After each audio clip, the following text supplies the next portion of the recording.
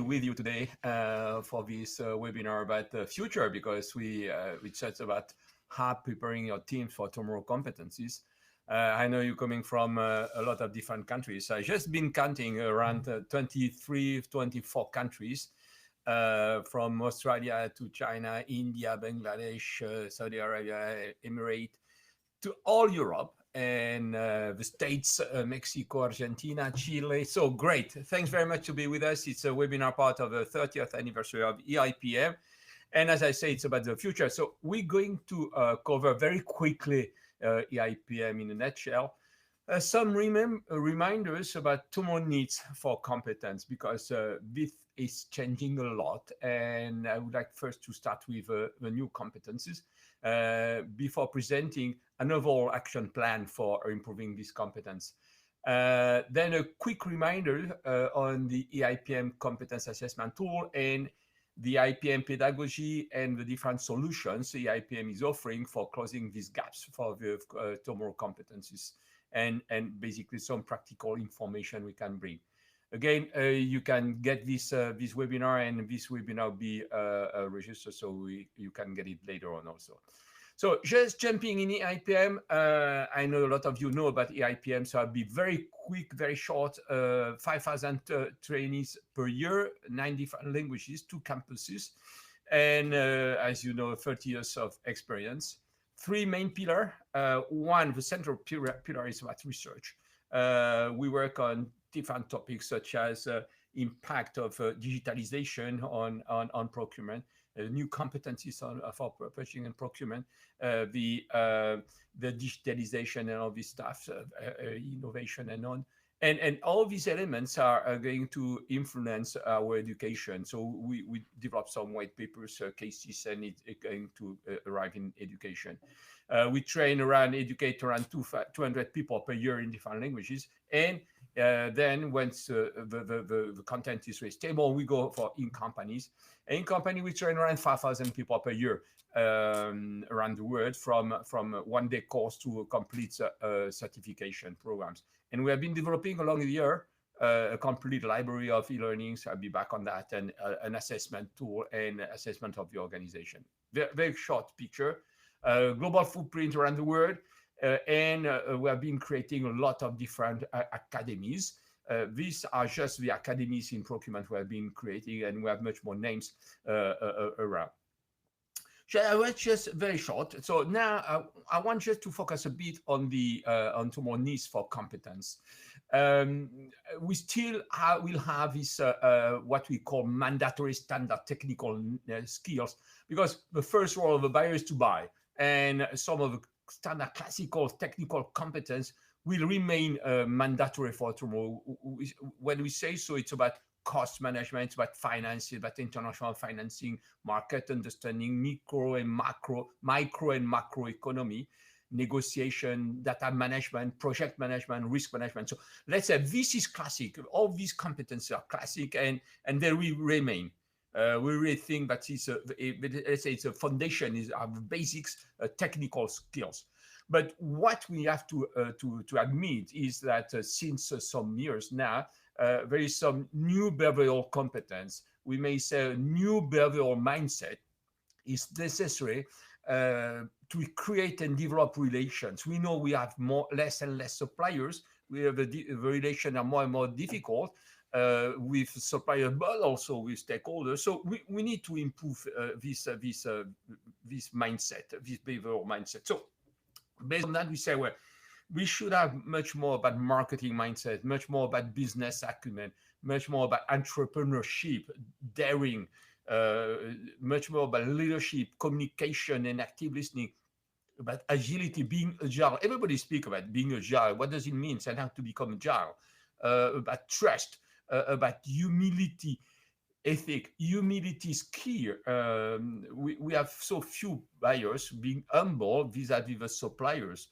So humility is key if we want to create this relation, if we want to develop these values together to create the value. Ethic, we know that there are some regions where ethic and compliance are key. So these are the behavioral mindset. And what we realize is that we are in a changing normality. We since the COVID, we arrive in what we call new normality, with remote works, with no travels, so more and more digitalization. So this influence our cultural, our culture, our societal mindset, our technical mindset. So basically, we have to add some elements on our mindset. So, for instance, managing without authority, remote negotiation, design thinking, supply chain, which is a classic one, but coming back on front stage, digital mindset, analytics. We speak about a lot of analytics, but how to manage this data, workflow management, corporate social minded, meaning working more and more on carbon-free calculation. So you understood that the total competence are based on the standard classic mandatory technical skills, where we're going to add some behavioral mindset, and we're going to add this competence fitting with this new normality. So these are all this is for the future, without forgetting our values. Values mean that if we have values, we can hope to create more value with our suppliers and stakeholders. So this is our motto, and I think it's also very important to understand these words. The second point I was willing to speak about was based on these competencies, which type of action plan to improve these competencies. And for us, there is a 5-step model, and which is what we call improvement action line. And basically, the first step is the competence assessment, or what we call also a training survey. The second step is based on this training survey, getting a gap analysis. This gap analysis is going to help first to develop some group training roadmaps, and then some individual training roadmaps, and before getting a complete improvement validation. So basically, this 5-step program is basically more or less what I'm going to present you. What's important also is when we go for this improvement action plan, it's about the assessment, and then we go for individual training or group training.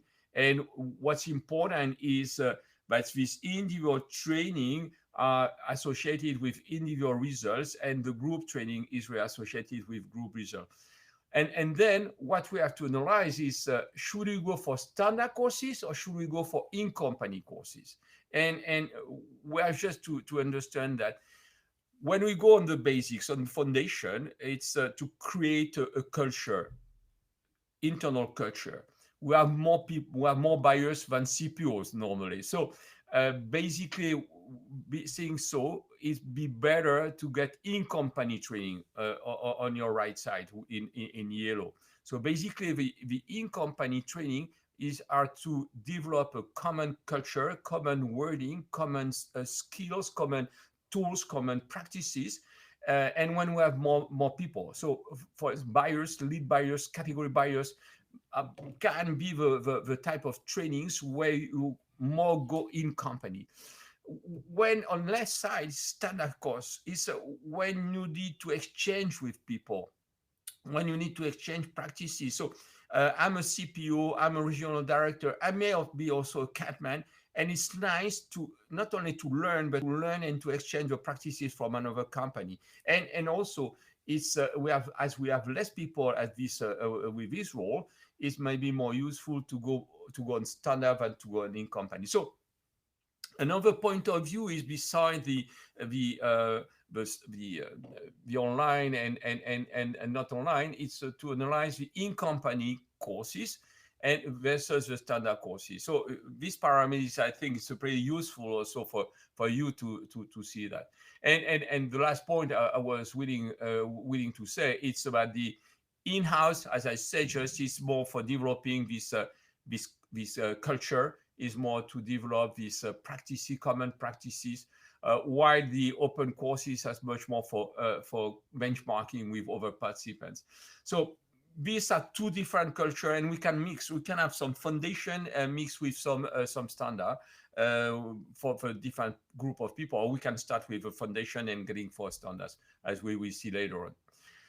So some reminders about the EIPM competence assessment, because as you saw in my project line, I think we have to start with an assessment. We have to start with understanding the mapping of competence in-house. So basically what we say, it's this assessment, also called the training survey. You know that competence assessment is a bit touchy as wording. So more and more we speak about learning survey. And this learning survey is very frequently also be the starting point of any improvement action plan. So basically we're going to identify the individual group gaps versus market best in class. So what we do is we analyze individual and we can group this in a group of buyers or in a group of category buyers, and we're going to analyze the results with the best in class, the 25% best in class. And this is going to give us some training roadmap for groups or for individual. And we're going to analyze that in terms of knowledge, the theory, and in terms of practice, the know-how. So basically, at the end of the game, we're going to have a picture, a mapping of the different competencies for individual and for group, which is going to tell us, hey, you're good in theory for negotiation, but you're not good at all in practice for negotiation. So basically, you don't need any training on that, but you may need some coaching.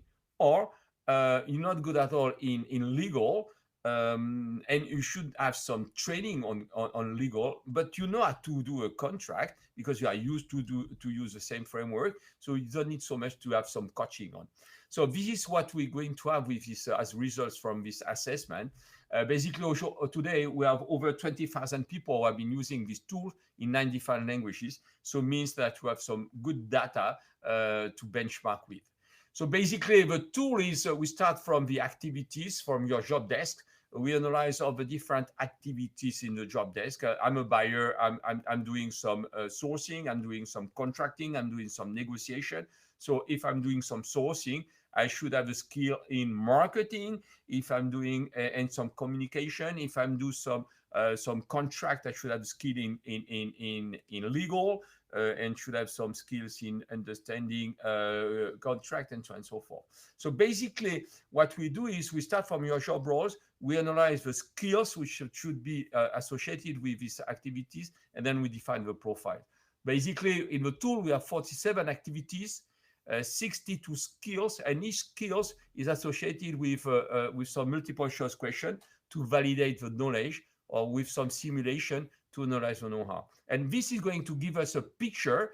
So major activities is it's about leading the external enterprise, and this you understand that leading external enterprise, managing the purchasing function, strategy and process implementation, type of competence more for CPOs, for managers, for directors. Well, when we go for sourcing and managing suppliers, managing operational activity is more for buyers, more for CADMAN. So basically, these are the different activities which are in the systems, and the main competencies are about competence about the foundation, competence about cost, competence about process, competence about strategy, competence about market, and competence about organization. And based on these activities and competencies, we're capable to have your complete picture of yourself in function of the job you're doing. And here you have some print screens of in terms of the top ones are about the theory, multiple choice questions, and the bottom ones are about the simulation. And the idea about simulation is not you right or wrong. All the answers are right, but there are some which are much better than other ones. So we're going to wait, if you want the answers, to give to try to be pretty precise in terms of know-how for each individual. So this is an example of a report. So if you look at the first line, purchasing levers for TCOs. So my score is 52.50 in terms of know-how at 30%, and in terms of knowledge of 60%. So meaning that I'm much better in knowledge than in know-how. So basically, if I'm not so good, it means that somehow I should improve my know-how. Looking at the second group is my score is 52.50, but if I go on the four figures in the first line, the group my group of people is 43. So meaning that I'm better than my group of in my company. While the market, the average of the market is 52. So I'm just at the level of the market, and the top 25 is 65. So what does it mean? It means that my score is 52. I'm better than my group of people in my same company, which is 43. But basically, I'm a stand at the level of a market, and I'm much under the top 25 of the markets, which are the best people. So basically, here you may have some ideas about how to improve. When we look at cost breakdown, my score is 62, and I'm much better in know-how, meaning that if I can improve, I will be improving the knowledge, the theory. When I look at my group in my company, the average of the people is 65, so I'm under the best.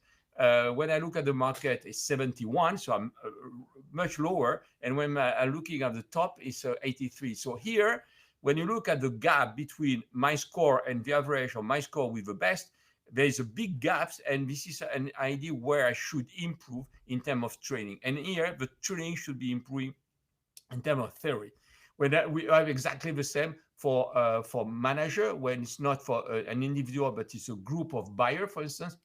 When you look at functional analysis, the score of a group of buyer is 72. When you look at the best in the company, it's the 25 best is 80. When we look at the market, we are at 71, meaning that we are better than the average, but the best ones are not as good as the best ones. So it gives you it helps us to define different training roadmaps. So it's a gap analysis helping us to define the roadmap, which are very important and which is going to help us to improve these gaps. So first, we start with this. It was very quickly, and you know that we can get more information about this assessment, and training survey. But it gives you an idea that based on the gap analysis, we're going to define different training roadmap to improve, to close these gaps. And basically, what we're going to see, it's all what we propose is in terms of open courses are really for improving competencies. Now, if you want to do more than improving competencies, if you want to retain people, as we say, you can go for certification program and so on and so forth. So we saw the assessment. I just want to jump in very quickly on the pedagogy we have been developing, because today with this with COVID, we have some difficulties to meet each other and to give some classic class. So what we've been developing since some years, it's the remote pedagogy in 3 steps. So the first step is about self-learning. So basically, what we say, it's we're going to send before class, we're going to send the e-learnings. We're going to send e-modules. We're going to send some videos. We're going to send some readings, and it's all about theory. So basically, people are going to study by themselves with a computer all the theory. And it's very important, and it's crucial to understand that before getting to what we call virtual class, it's mandatory to learn the theory. So first step is self-learning, where you're going to learn your theory. It's about 1 week. And before the class, you may have some what we call burning issues, where you prepare and propose some cases. The second step is you got the theory by yourself. So the second step is what we call virtual class, or now more and more is face-to-face online, meaning that it's real face-to-face class, but it's online. And during this class, it's a 3-hour class. Now it's half a day. It's 3 times. The first part, it's about validating you understood your theory. Basically, you have been learning by yourself, self-learning. So you learn by yourself. Nobody knows basically if you understood everything, even though you got some quizzes during your e-learnings. The question is it clear? Is it clearly understood? Did you understand what we want to understand or not? So basically, the first part of virtual class is the trainer with a group of a small group is going to validate if each individual understood. And it's with peer-to-peer session, is question answer, sometimes some games. So when trainer understands, validate that everybody understood clearly, we go to a second step. And the second step, it's more about cases, simulation, exercise. So we start with some standard case, standard class, standard exercise to validate if the theory can be easily implemented. And then we go to a second step, which is about the personal case coming from burning issues. And we go for simulation. And then we have the third step is Q&A. So this is done thanks to some tools. We're using Zoom because you can get some subgroups. We're using also Mural, which is a kind of virtual paperboard where you're going to put some stickers. So we have a class. Say we have a limited number. If we go to 12 people, because we ask everybody to get the camera on, the mic on, to be sure that people are really with us in the class, working with us. The mic is to be sure that they are in a silent rooms, not in the middle of kids or in the middle of the office, and so on and so forth. So some tricky points just to validate we're in a class. So if we say, I've all my students on my screen, I can get 20 or 25 students at the same time. So we limit to 12. Because my role is to be a moderator, question, answer, and so on and so forth. So it's very important to get these small groups, and it's very important to get this relation with participants. So kind of self-learning, mandatory e-learning, all online. Then when we sure that we track during this time, but after we have one class, a 3-hour class, to validate the understanding, to work on some cases and simulation. It's not to speak about theory. The theory has been self-learned. And then after the project implementation. So very strong pathwork in terms of theory, in terms of learning pedagogy, and it's very important for us to be strict on that. Then let's jump on the EIPM solution to close the gaps we analyze with the assessment. So if we go on the improvement roadmap overview, I go back on, we have the assessment, and then if we arrive at people may have more or less the same gaps. You may have some buyers, some category manager, some director. The group of people have more or less the same gaps. So we can go for what we call foundation course. It can be a free class, it can be on face-to-face, it can be online. Then you may have some post-learning deployment, and you can have a wrap-up where you present some cases, and then we can go a la carte or open courses certification. So basically, the idea here of a complete improvement roadmap is based on the assessment. We can realize that a common group has the same gap analysis to improve. We can create this foundation. It's not fundamental, it's a foundation. Foundation means we're going to build on. And what we're going to build on is we're going to build on the specialization, what each individual needs to complete his competence mapping.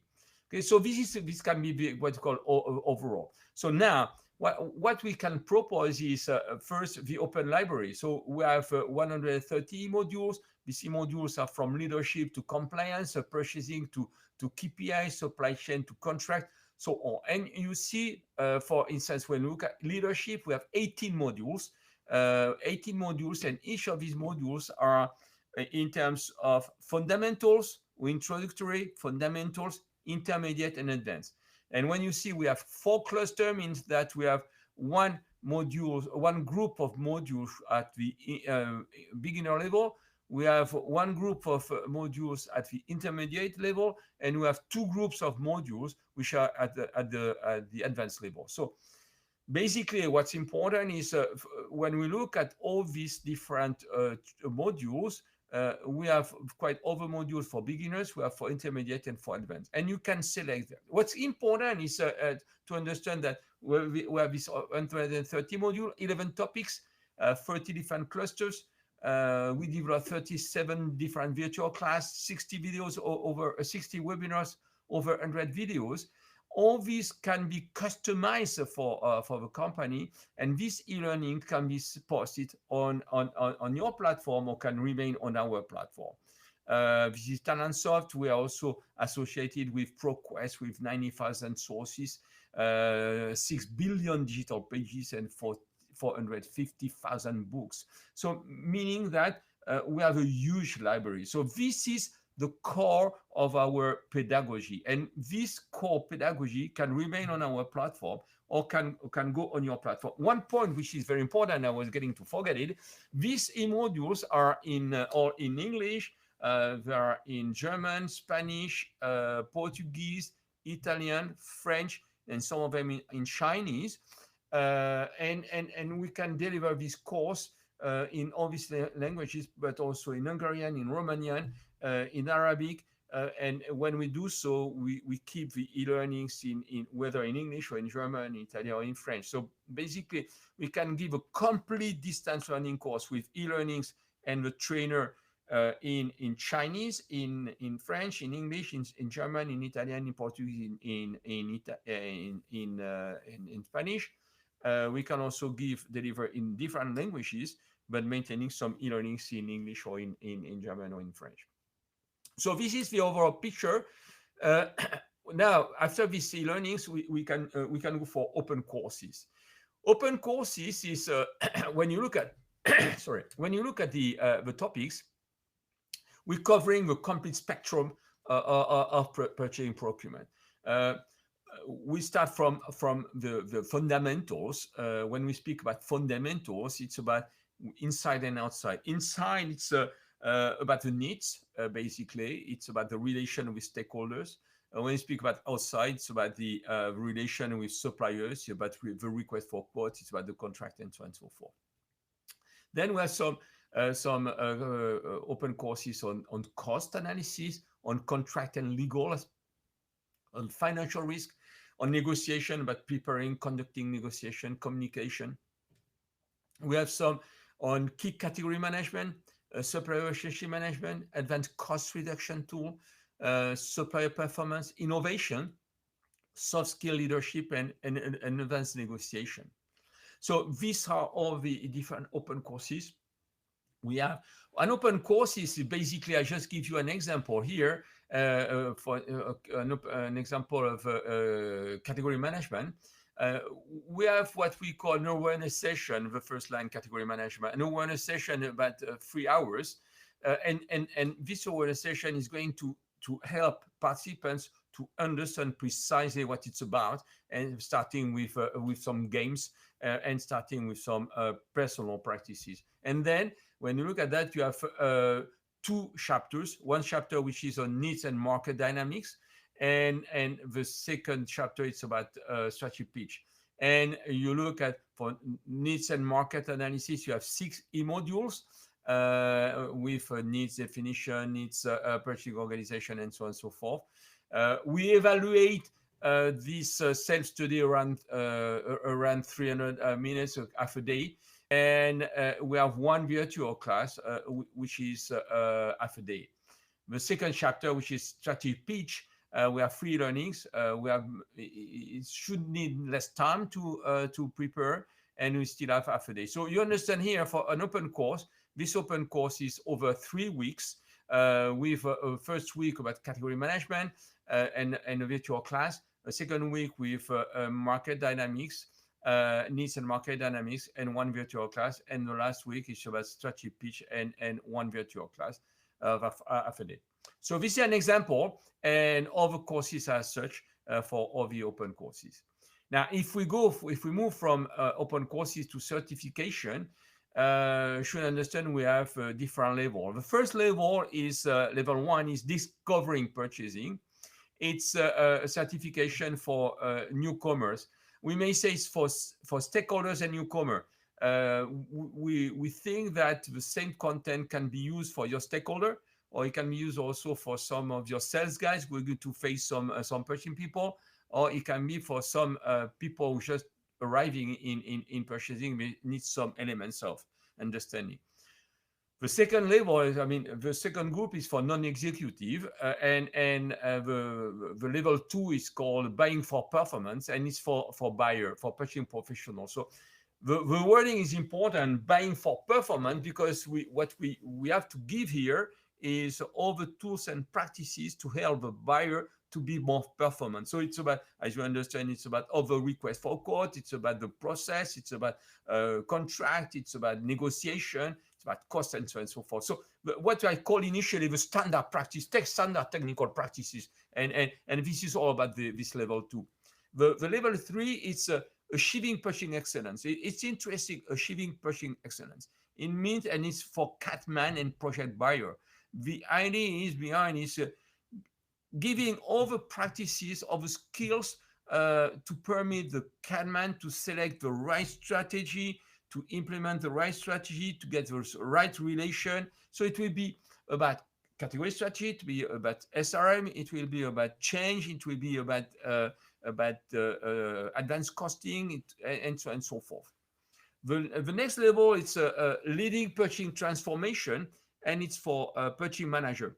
And the idea here we have in mind is to say that the manager should have a good understanding about the strategy, should have a good understanding about the category strategy, but also the overall purchasing strategy.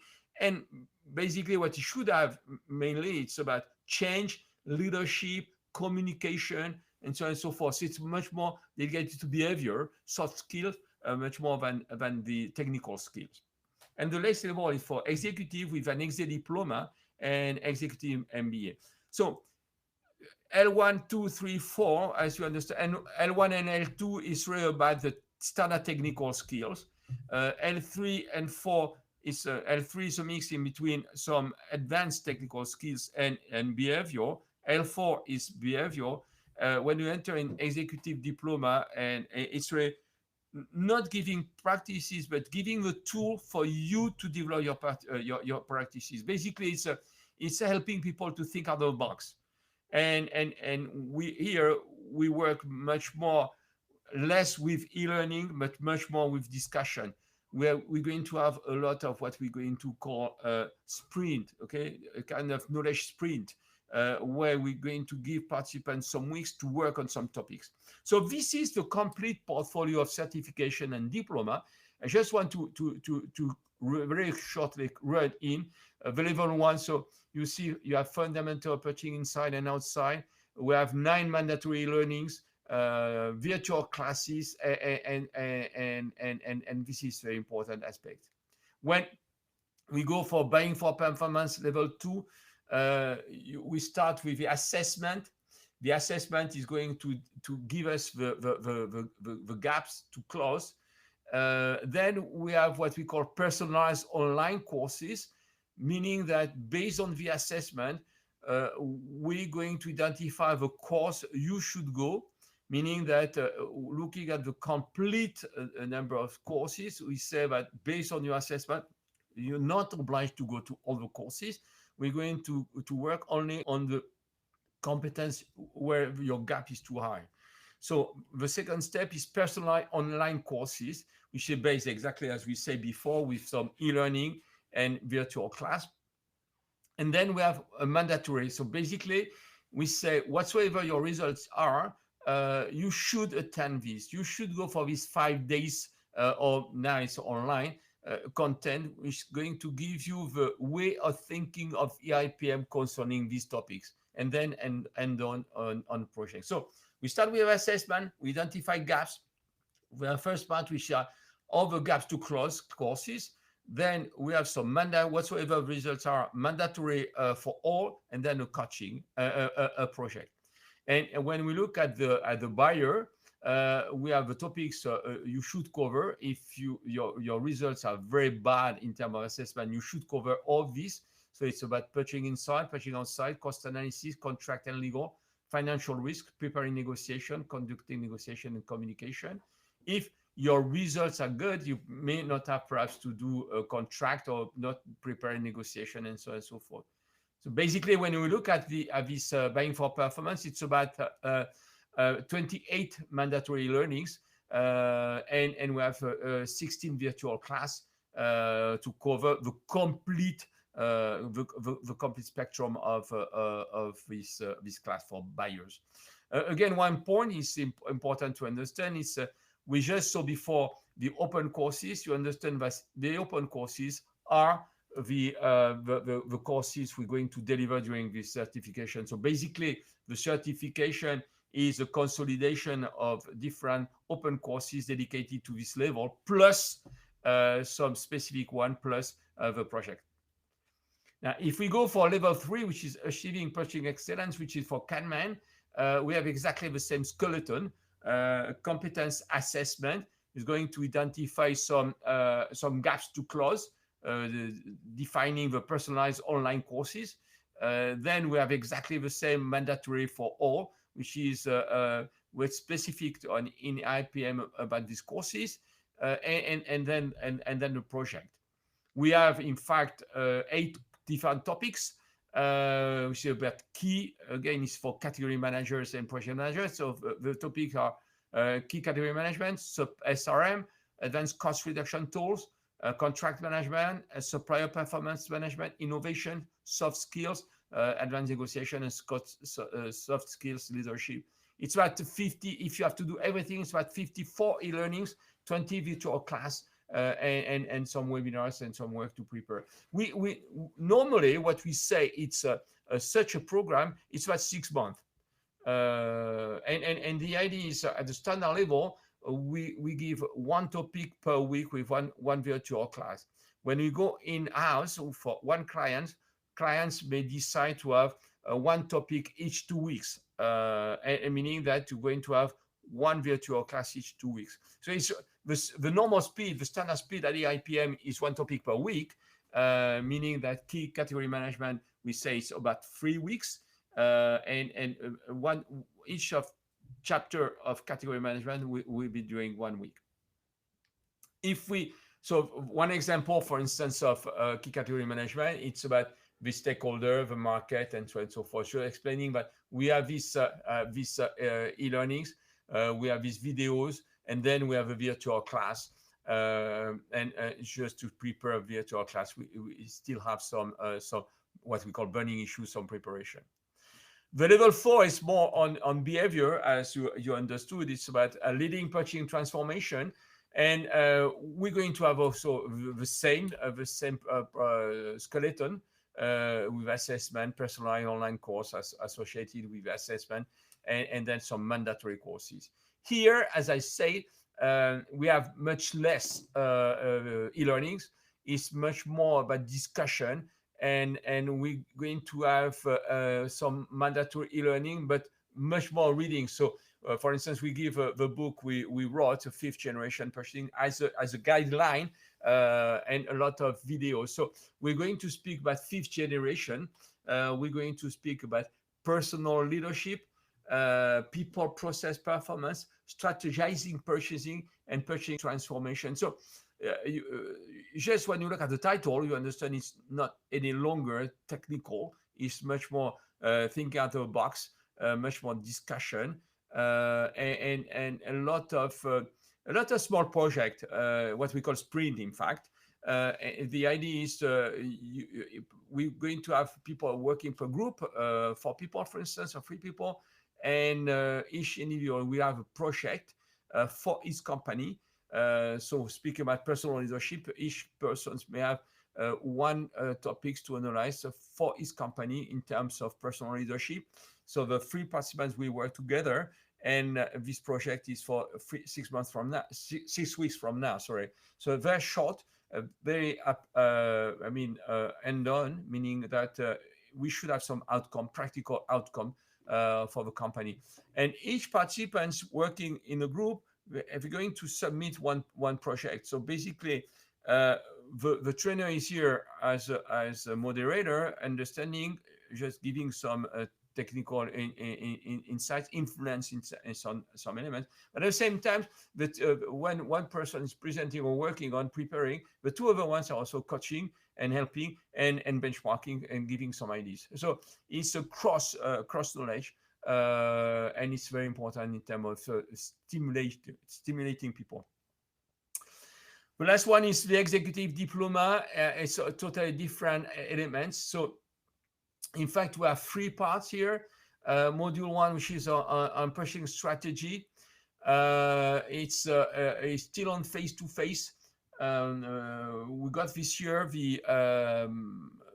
the opportunity to ask people if they were willing to get it online or if they were willing to get it on face-to-face, and they prefer to get it on face-to-face. So it was the first programs we had on face-to-face since 2 years, 1 year and a half. And it's important to realize that when we go up in the pyramid, more we go up, more people wants to exchange and to get some face-to-face meetings. So basically here, it's about a course on strategy, on category strategy. It's about the organization, working on some theory and working also on some practical issues coming from a company. So each individual is coming with category strategy. For instance, we present to a peers. I was delivering this course, and I was also asking people, what do you think it's working or not? And I said, no, it's not working. So why it's not working? And at the end, people understand that the presentation is too heavy. When you present a category strategy, it should be short and dedicated and so on and so forth. So very, at the same time, so on one hand, theory, but at the same time, very operational, thinking out of the box with some practical issues. The second module, which online and also on face-to-face, fifth generation, is much more about the future of purchasing. What purchasing be? The evolution we're facing transform also the organization, and this is where we're going in the next future. What's the future of people, but what's the future of organization? What's the future of tools? So it's about this topic, and again, a lot of discussion and much less, as I said, e-learnings. Then we have what we propose is for exchanging and benchmarking. We have an executive masterclass. It's 3 days with prof coming from all around the world, presenting new topics. And the idea here is presenting topics which were not in some years ago. So more and more, for instance, we're speaking about carbon free. We have some presentation on what does it mean for purchasing to think about carbon free, how purchasing is going to be involved, what should they be doing. When we speak about today digitalization, robotization, what does it mean in terms of impact on purchasing. So these are the topics of masterclass, and every year we have different masterclass with different topics and different trainers, professors. We have also this annual conference where participants can meet different people and exchange on some very short practices, and the project, meaning that we want a project which is an direct implementation in the organization, the company, with some very pragmatic outcomes and measurable outcomes. So basically, it's a kind of consultancy job over 6 months, where I'm going to advise, but I'm going to do also. I'm not a consultant just advising. I'm a consultant who's going to transform also and participating to transformation, direct transformation, operational transformation. So these are some of the information I was willing to give you in terms of complete spectrum. But what's important to remind when you speak about the competence of future is, again, we have these 3 sets of competencies. The standard technical competence will be tomorrow again, still here. The behavioral competencies, which are to reinforce the relation, and the third one, which are the competencies associated with the post-COVID. And we mentioned more about the mindset, transformation of the mindset. So these competencies are the ones we focus on. To focus on this competence, we say we need to have a complete mapping. Just where are we? And to do that, we go for this learning survey, online learning survey. And this learning survey is going to give us the picture in terms of knowledge and in terms of know-how, and helping us to go for the transformation. The transformation is based on this assessment, gap analysis, individual gap analysis, group gap analysis, and permit us to develop different type of trainings. In terms of solutions based on these trainings, we may say, hey, we have a group of people. All our people may have some needs in terms of strategy or in terms of cost or in terms of contract. So why not creating what we call foundation, where we're going to have other people in this course, giving the same common culture, the same common practices, and helping to develop this school of thought internally. And based on that, we're going to develop these different let's say, a la carte, fitting directly a competence. So on this foundation, we may have some open courses on contract or on negotiation or whatsoever, or we can also develop a complete certification. What's important also to understand is looking at the pyramid of jobs, it's clear that we have more buyers than CPOs, and which is normal. And if we say so, as we have a lot of people, it may be economically speaking better to have this training in-house. Moreover, it's also interesting when you create a new function, when you bring some new vocabulary, new tools, new practices to go inside. So basically, inside versus standard, it's inside is when you have a big batch of people, and when you want to create this culture, and with tools, with practices, with wordings. Now, standards is better for top guys, even to category managers, from category manager up. Is going to help these people to benchmark with external participants and to exchange on some practices, on tools, and so on and so forth. So this is not one or the other, it can be both. And it's interesting because they are complementary, both of them. And then what we say is we can improve competence with some open courses a la carte. We can be on standard modes, or we can be in-house, or we can also complete that with some certification programs, as we say. So basically, it's we are here ready for this competence of future. We're working on. We have some open courses. Some of these open courses, and what I'm just willing to show you, are still going on. Even though we're quite at the end of the year, so you still can register on some of these. For next registration, the spring sessions are starting in Feb, and L3 is in April, L4 in August, and XA Diploma is in June. So we still have some time. But what I think is important for you is to say that first, or what I presented you, you're going to receive this presentation. One point is important is you can get access to the e-learning. You can come to some classes to be guest and to see how it works. We can discuss privately on some of these issues. But this is the answers to some of the points. You may have some question. Yeah, I see one question is how can we transfer these different type of trainings in-house? So basically, when we go for in-house certification, the idea is we try not modifying the standard certification because we certify level 1, certify level 2, certify level 3. So basically, the skeleton remains the same. What we're going to customize are the workshops. We're going to customize some content, such as the process. For instance, you may have a process at 7 steps or 6 steps. So we're going to customize some tools. But what we want is the outcome be the same. Participants should have learned the same thing and be capable to apply this to the same level of understanding. So basically, we have a certification. To get this certification in-house, we keep the same certification, the same skeleton, the same e-learnings. But during the virtual class, we're going to have some cases from companies. We're going to use your tools, and we may have some guest speaker from a house, and so on and so forth. The same concerning the different languages. So when we do the certification in English, in German, in French, in Italian, in Spanish, in Portuguese, the speaker and the e-learnings be in that languages. Now, when we and Chinese is half basically today, not because not all the e-learnings are translated.